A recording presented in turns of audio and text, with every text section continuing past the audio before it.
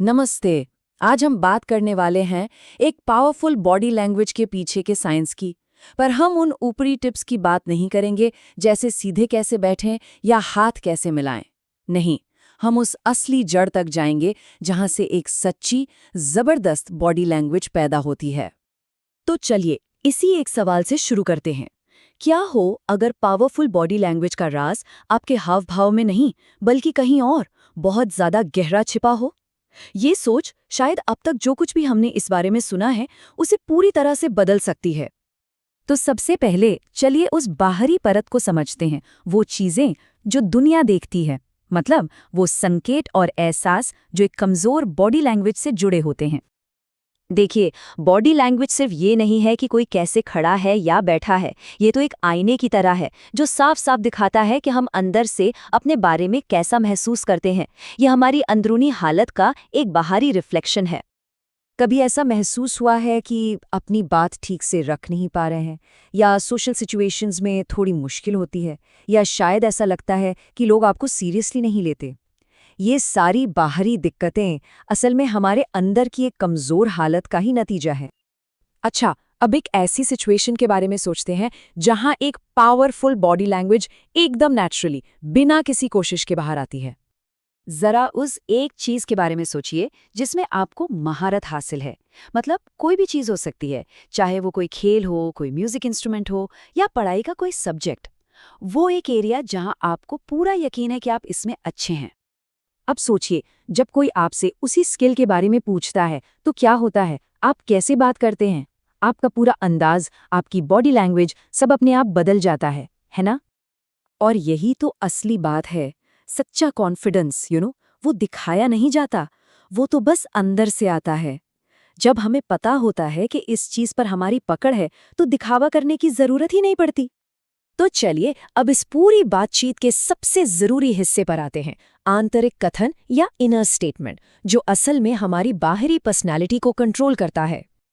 ये inner statement और कुछ नहीं बल्कि वो कहानी है जो हम सब अपने मन में अपने बारे में खुद को सुनाते हैं। अगर हमारे दिमाग में खुद की एक कमजोर इमेज है, तो हमारी बॉडी लैंग्वेज भी ठीक वैसी ही दिखेगी। देखिए, फर्क कितना बड़ा है।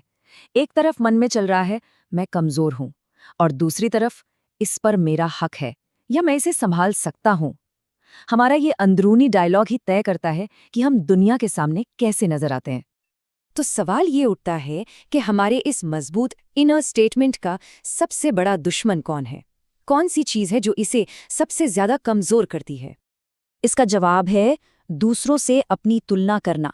जी हाँ, कंपैरिजन ही वो चीज है जो आत्मविश्वास और एक पावरफुल बॉडी लैंग्वेज को धीरे धीरे अंदर से खा जाती है। और ये ना एक विशियस साइकिल की तरह काम करता है। पहले आप दूसरों को देखते हैं, फिर उनसे खुद को कंपेयर करते हैं, जिससे आपको और भी छोटा महसूस होने लगता है। और इसका नतीजा, आपकी बॉडी लैंग्वेज और भी कमजोर हो जाती है। जब हम तुलना करते हैं तो हम एक तरह से वैलिडेशन, मतलब दूसरों की मंजूरी मांग रहे होते हैं। लेकिन जब ओनरशिप होता है तो एक नोइंग वाली माइंडसेट होती है, जहां हमें किसी के सर्टिफिकेट की जरूरत नहीं होती।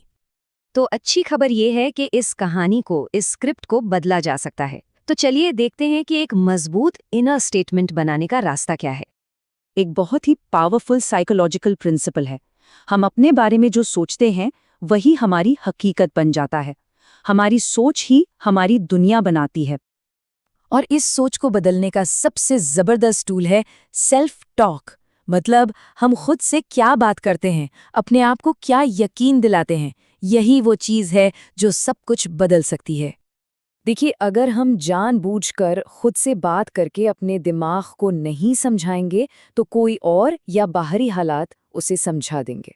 सेल्फ टॉक से ये कंट्रोल हमारे हाथ में आ जाता है। हम बाहरी वैलिडेशन ढूंढने के बजाय खुद के अंदर ओनरशिप बनाते हैं।